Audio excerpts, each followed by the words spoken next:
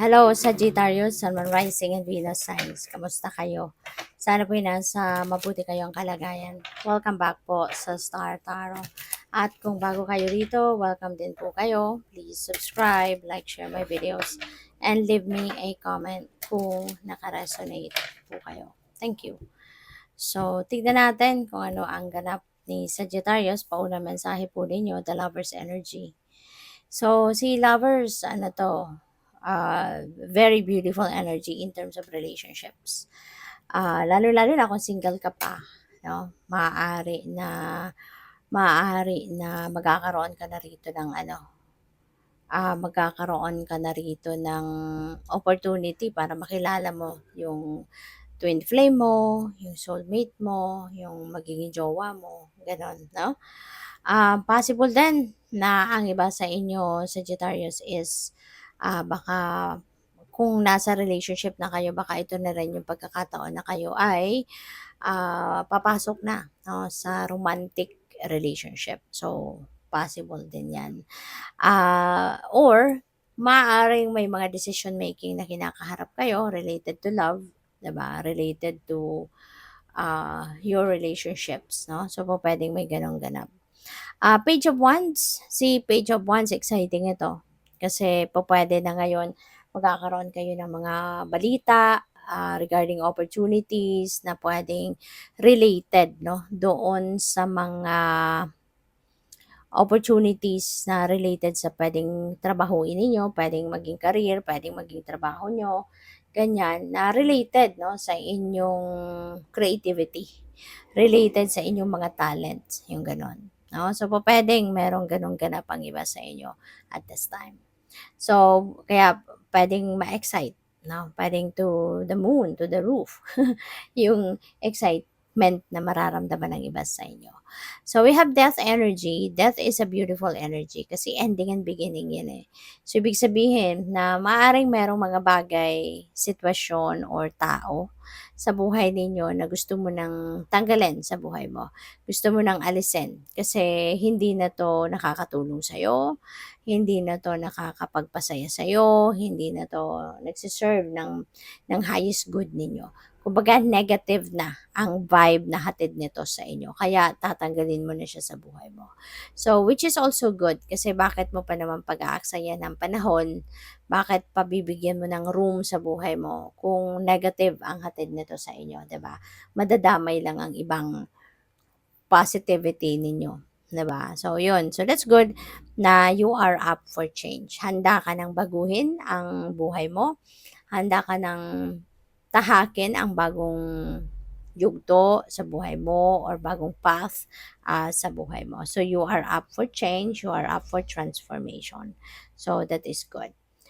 Pwede rin na magsisimula ka ng pagbabagong buhay. Diba? Kung ano man ang sisimulan mong bago, kasi pwedeng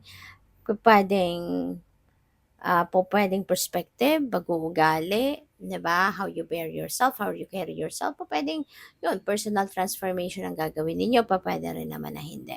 Pwedeng merong magpapalit ng employer, ng trabaho, ng career, pwedeng merong magpapalit ng place of residence, 'di ba? So, maaring may mga ganong ganap dito ang iba sa inyo, Sagittarius. So, what else? We have Five of Swords, pero naka-reverse, kaya mas maganda na naka-reverse. Kasi ibig sabihin nito, kung mayroon kayong hindi pagkakaunawaan ng kung sino man, ngayon, maayos na yan. Magkakasundo na kayo, magkakaayos na kayo, magkakabati na kayo, makakapag-move on na kayo, no? From that away or from that misunderstanding, yung ganon. So, pwede na merong compromise, no? Siguro, mahalaga din sa'yo yung taong ito, kaya hindi mo rin hahayaan na mawala siya ng tuluyan sa buhay mo dahil sa kung anong hindi ninyo napagkasunduan. Kaya maaaring willing ka na to enter a compromise para na ma-fix ninyo yung problema. So, what else? We have the Three of Pentacles. Ayan. So, si Three of Pentacles, this is about teamwork. Okay? This is about collaboration. This is about, this is about pagtutulungan, partnership.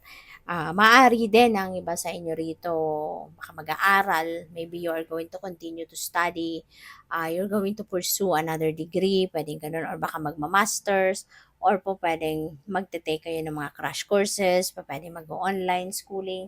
Iba-iba depende sa inyong sitwasyon but maybe meron kang gustong bagong matutunan, 'no? You want to continue to educate yourself, to gain more knowledge, parang gano'n. But yeah, for some of you, pupuwedeng ano nga, partnership 'no, maaaring kung sa trabaho baka you will be starting to work in a team. May makakaano ka na, makakatulong ka na, baka meron ka ng magiging assistant 'no, sa trabaho ninyo. So, pupuwedeng gano'n. We have the Nine of Cups, Sagittarius, sa suwerte mo, 'di ba? Masuwerte, magiging masaya ka kasi si Nine of Cups, this is about happiness, joy, 'di ba? Overwhelming yung magiging saya na mararamdaman mo dito. Kasi nung una, since meron din tayong Lover's energy, pupuwede talaga na magkakaroon kayo rito ng love life, 'no?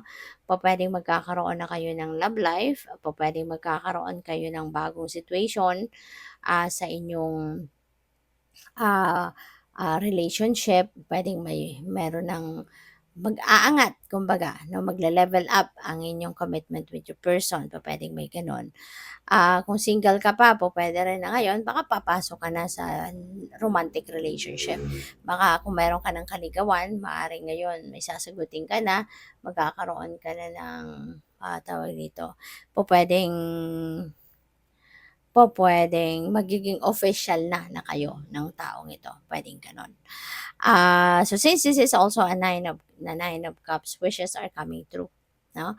May mga wishes kayo na magka-come to fruition. May mga wishes kayo na matutupad na sa ngayon. So this is also about blessings, 'no? May mga blessings na paparating, may mga blessings na ibibigay sa iyo ang universe and that includes abundance, that includes prosperity, 'no? Pagdating sa pera, magiging masaya-masaya ka kasi yun na nga, bubuhos din ang suwerte.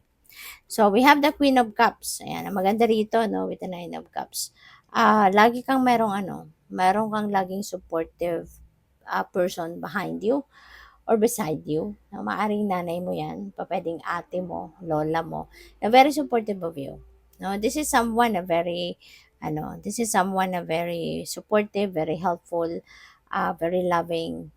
Gusto niya only the best for you. Yun ang gusto niya para sa iyo. Kaya lagi siyang nandiyan diyan at sinusuportahan ka, no?